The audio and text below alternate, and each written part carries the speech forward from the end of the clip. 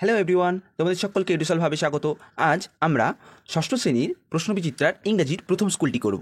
চলো তাহলে শুরু করি। আচ্ছা, আমাদের প্রথম স্কুলে কি গল্প সিন অর্থাৎ গল্প দেওয়া আছে না টফির গল্পটা দেওয়া রয়েছে? তাহলে চলো আমরা প্রশ্ন উত্তরগুলো করে নিই। তাহলে প্রথমে কি বলেছে দেখো, what did toffee notice in the corner of the shop? Toffee তার কি লক্ষ্য করেছিল শপের অর্থাৎ দোকানের কোনায় কি লক্ষ্য করেছিল? দেখো এখানে লেখা আছে, toffee noticed a doll house in the corner of the shop. Toffee কি লক্ষ্য করেছে? না, টফি লক্ষ্য করেছে একটা পুতুলের ঘর আছে কর্নার অফ দ্য শপ, অর্থাৎ দোকানের কোনার দিকে একটা শপ রয়েছে। তাহলে এই যে এইখানে দেখো, দেখতে পাবা Toffee noticed a dolls house in a corner of the shop. ঠিক আছে, তারপর প্রশ্ন কি বলেছে, what did Toffee do? Toffee কী করলো হোয়েন হি বিকাম আপসেট? সে যখন, আপসেট কথার অর্থ কী? দুঃখিত হয়ে যাওয়া। সে যখন মন খারাপ থাকলো তখন সে কী করলো? তাহলে এটার উত্তর কী হবে না, হোয়েন হি বিকাম আপসেট, অর্থাৎ হোয়েন টফি, এই জায়গাটা হি এর জায়গায় কী লিখবে? Toffee. When Toffee became upset he, comma দিয়ে লিখবে, he ran out and sat down in a toy farm weeping his tears. সে দৌড়ে চলে যায় এবং গিয়ে বসে টয় ফার্মে এবং কী করে? উইপিং হিজ টিয়ার্স, সে তার চোখ মোছে। ঠিক আছে, তারপরটা কী বলেছে, how was poor toffee shaken? কীভাবে আমাদের পোর কথার অর্থ হলো গরিব, এখানে গরিব নয় বেচারা, পোর কথার অর্থ হলো বেচারা। বেচারা টাফি কী করে ভয় পেয়ে গেছিল?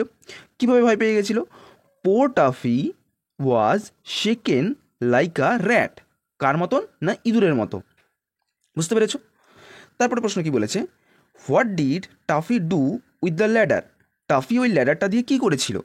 তাহলে তোমরা লিখবে যে টফি পুট, এই যে টফি এখান থেকে লিখবে, টফি পুট দ্য ল্যাডার, এই যে ইটের জায়গায় দ্য ল্যাডার করে, toffee put the ladder up against the wall, দেওয়ালের সাথে হেলিয়ে রেখেছিল, of the dolls house, of the dolls house, ওই পুতুলের ঘরের দেওয়ালের সাথে।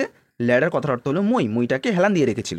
ঠিক আছে, তারপরে প্রশ্ন কি বলেছে, how did toffee put out the fire? Toffee কিভাবে আগুন নেভালো? পুট আউট কথার অর্থ হলো নেভানো। কি করে? Toffee put out the fire by throwing a bucket of water. এক বালতি জল ছুঁড়ে মারলো, এই যে থ্রু অল দ্য ওয়াটার, আমি এটাকে গুছিয়ে লিখেছি তোমরা দেখো, by throwing a bucket of water from the pond, from the farm pond. এই যে ফার্ম পন্ড মানে ওই ফার্মের পুকুর থেকে এক বালতি জল নিয়ে ছুঁড়ে মারলো, থ্রু দ্য উইন্ডো, কোথা দিয়ে? না, জানলা দিয়ে। কোথা দিয়ে ছুঁড়ে মেরেছে জলটা? না, জানলা দিয়ে ছুঁড়ে মেরেছে। তাহলে উত্তর কী হবে? By throwing a bucket of water from the farm pond through the window. বুঝতে পেরেছ? তারপরে, who caught Toffee by the collar? টফিকে কলার দিয়ে কে ধরেছিল? টফিকে কলার দিয়ে ধরেছিল যে a sailor doll caught Toffee by the collar. একটা নাবিক পুতুল, সেলর কথার অর্থ হলো কি? নাবিক। নাবিক পুতুল কি করেছিল? না, তার কলার চেপে ধরেছিল। এই যেখানে লেখা আছে এ সেলর ডল। আচ্ছা, প্রথমে এই জায়গাটা তোমরা লাইন পড়ে বুঝতে হবে। তার কারণ হচ্ছে দেখো, যে এই যেখানে ভয় পেয়ে গেল, don't do that, he shouted, সে চিৎকার করলো, আই এম আ হিরো, আমি একজন হিরো, অর্থাৎ আমি একজন নায়ক। I was putting out the fire, আমি আগুনটা নিভানোর চেষ্টা করছিলাম। টফি দেখলো, he was speaking a sailor doll, অর্থাৎ একজন নাবিক পুতুলের সাথে সে কথা বলছে। হু ওয়াজ মেকিং পুডরিচ, যে কি পুডরিচ তৈরি করছিল। বুঝতে পেরেছ? তারপরে প্রশ্নটা কি বলেছে, find out the synonym of extinguish. Extinguish কথার অর্থ হলো নিভানো। তাহলে নিভানো এখানে কি? তখন এখানেও বলেছি নিভানো কথা কি? মানে পুট আউট। এক্সটিংগুইশ মানে হচ্ছে put out. Find the antonym of calm. Calm কথার অর্থ হলো কি? শান্ত। শান্ত অপোজিট কি? আপসেট। আপসেট মানে হচ্ছে বিপর্যয় বা বিপর্যস্ত বা মন মরা, এটা না, এটাকে মানে হচ্ছে আপসেট। কামের অপোজিট আপসেট। কারণ কি, কেন বলো তো? কারণ এই প্যাসেজ থেকে নিয়ে তোমাকে লিখতে হবে, তাই এটার উত্তর হবে আপসেট। ঠিক আছে, write the name of the animal mentioned in the passage. এই প্যাসেজের মধ্যে কোন প্রাণীর কথা বলে দেওয়া আছে? এখানে দেখো একটাই প্রাণীর কথা বলা আছে, হচ্ছে র্যাট। র্যাটের কথা বলে দেওয়া আছে, তাই র্যাট হবে উত্তর। বুঝতে পেরেছ? আচ্ছা, তারপরে the toy clown was cooking porridge. Clown অর্থাৎ টাফির কথা বলেছে, ক্লাউন এইটা কি পুডরিচ তৈরি করছিল? না, এটা ফলস। পুডরিচ কে তৈরি করছিল? পুডরিচ তো সে সেলর নাবিকটা তৈরি করছিল। এই যে আ সেলর ডল ওয়াজ মেকিং পুডরিচ। তারপরে কি বলেছে?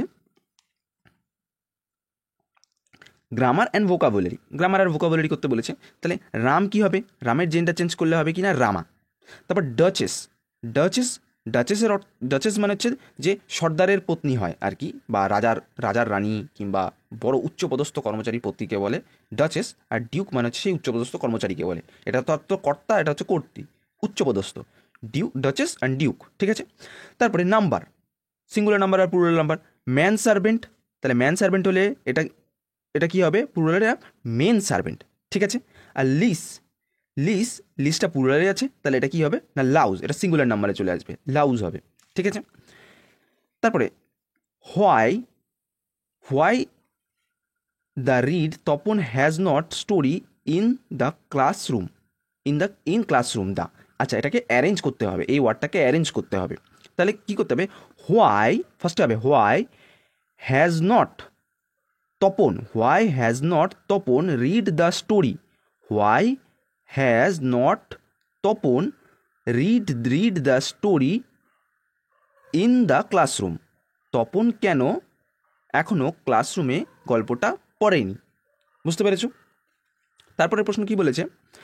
The farmer cut many trees in the forest. এটা কি করতে বলেছে?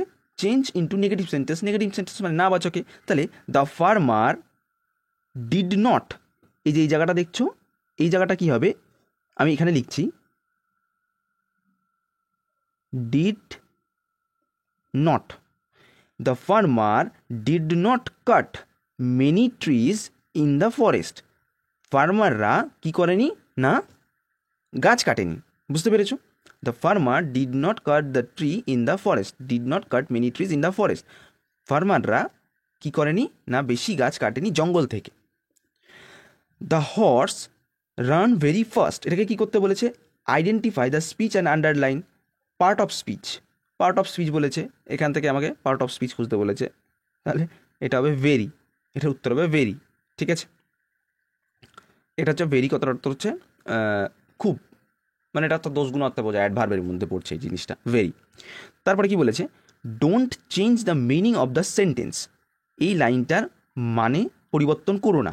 Identify the sentence type of sentence, তাহলে এটা কী সেন্টেন্স হবে? এটা হবে ইম্পারেটিভ, ইম্পারেটিভ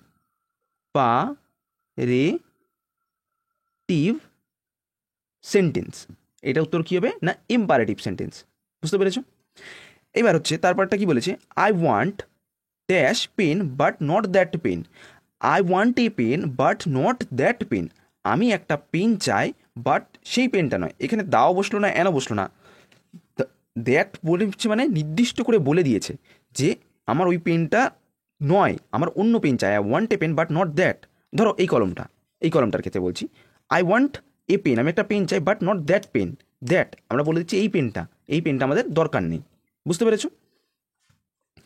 এখানে বলেছে ফিল ইন দ্য ব্ল্যাঙ্কস। আচ্ছা, এটারই সেটা বলেছে অ্যাপ্রোপ্রিয়েট আর্টিকেল দিয়ে পূরণ করতে বলেছিল। Write a letter to your friend about your aim in your life. আচ্ছা, এটাকে কি বলেছে? সাবজেক্ট আর প্রেডিকেট করতে বলেছে, সাবজেক্ট আর প্রেডিকেট বার করতে বলেছে। এটা সব থেকে সোজা জিনিস। তাহলে সাবজেক্ট কি? তাহলে আমাদের এখানে সাবজেক্ট হচ্ছে রাইট এ লেটার। লেটার হচ্ছে এইটুকুনি হচ্ছে আমাদের কি সাবজেক্ট। আমরা কিসের উপর? এটা একটা বিষয়ের উপর, তাহলে এটা হচ্ছে কি না subject. Write a letter to your friend about aim in your life, তোমার লাইফের সম্পর্কে, লক্ষ্য সম্পর্কে একটা লেটার লিখতে বলেছে, এটা হবে প্রেডিকেট। বুঝতে পেরেছো? আচ্ছা, তারপর রাইটিং স্কিলে বলেছে কি? Write a paragraph on year favourite season, মানে তোমার সব থেকে প্রিয় ঋতু সম্পর্কে লিখতে বলেছে। নেম অফ দ্য সিজন, সেই সিজনের নাম লিখতে বলেছে। ফিচার্স মানে কী কী আছে সেই ঋতুতে, কোন কোন ফুল ফোটে, কোন কোন ফল হয়, কোনো রোগ হয় কি না। কজেস অফ ইয়োর লাইকনেস, তুমি কী কারণে এইটা পছন্দ করো ঋতুটাকে, এটা লিখতে হবে। বুঝতে পেরেছো? এটা আমি তোমাদেরকে স্লাইডের মধ্যে পড়াবো, ঠিক আছে? চলে চলো আমরা স্লাইডে গিয়ে এটা করে নিই। আচ্ছা, তাহলে আমরা আমাদের রাইটিংটা দেখে নিই। কি বলেছে না ইয়োর ফেভারিট সিজন, তোমাদের প্রিয় ঋতু। তাহলে আমি হিন্টসগুলো আগেই বলে দিয়েছিলাম। আচ্ছা, তাহলে আমরা লিখি এবার কি না, my favourite season. My favourite season কি না, my favourite season is winter. আমার প্রিয় ঋতু হচ্ছে শীতকাল। It is the coldest season of the year. এটা হচ্ছে বছরের কি সব থেকে ঠান্ডা সময়। এই ঋতুটা হচ্ছে সব থেকে ঠান্ডা। Usually lasting for November two ফেব্রুয়ারি, যা নভেম্বর মাস থেকে ফেব্রুয়ারি পর্যন্ত থাকে। Weather is pleasant. ওয়েদার অর্থাৎ আবহাওয়াটা হচ্ছে খুব মনোরম। উইথ কুল ব্লিজার্ডস, ঠান্ডা হাওয়া, অ্যান্ড আ ক্লিয়ার স্কাই, একটা পরিষ্কার আকাশ থাকে। People wear warm clothes to protect themselves from the cold. মানুষজন কি করে না, মানুষজন গরম জামা কাপড় পরে কি জন্য না, নিজেদেরকে বাঁচানোর জন্য। কি থেকে? ফ্রম দ্য কোল্ড, ঠান্ডা থেকে। মেনি বিউটিফুল ফ্লাওয়ার্স, অনেক সুন্দর সুন্দর ফুল, like marigold, rose and dahlias bloom during this season. মানে অনেক সুন্দর সুন্দর ফুল যেমন মেরিগোল্ড, গোলাপ, ডালিয়া, এগুলো সব ফোটে এই ঋতুতে। Adding the colour to the surroundings, যা আশেপাশের রঙকে যুক্ত করে সুন্দর করে তোলে। উইন্টার ফ্রুটস, শীতের ফল, সাচ কি না, such as orange, apple, strawberries. মানে শীতের ফল কি কি, কমলা লেবু, আপেল, স্ট্রবেরি আছে। আর ডিলিশিয়াস, যা সুস্বাদু, অ্যান্ড হেলদি, যা স্বাস্থ্যকর। হাউএভার সাম পিপল, কিছু মানুষ, suffer from coughs, colds and fever due to the chilly weather. তার মানে কি না, কিছু মানুষের কি হয়, ঠান্ডা আবহাওয়ার পরিবর্তনের কারণে কিছু মানুষের সর্দি, কাশি আর জ্বরেও আক্রান্ত হয়। আই লাইক উইন্টার, আমি শীতকাল পছন্দ করি, বিকজ, কারণ, ইটস কমফোর্টেবল, এটা আরামদায়ক, and I can enjoy hot drinks, অর্থাৎ গরম পানীয়। আমি আমি এনজয় করি গরম গরম জাতীয় তরল খাওয়ার জন্য। কোজি ব্ল্যাঙ্কেটস কথা অর্থ হলো নরম তুলতুলে blanket. And outdoor activities without sweating, মানে অন্যান্য কাজ করি কোনো ঘামের সমস্যা ছাড়াই, অর্থাৎ ঘামাই না আমরা এই সময়। বুঝতে পেরেছো? ঠিক আছে, তাহলে আজকে তোমাদের এই পর্যন্তই। পরে দেখা হচ্ছে আবার পরের ভিডিওতে।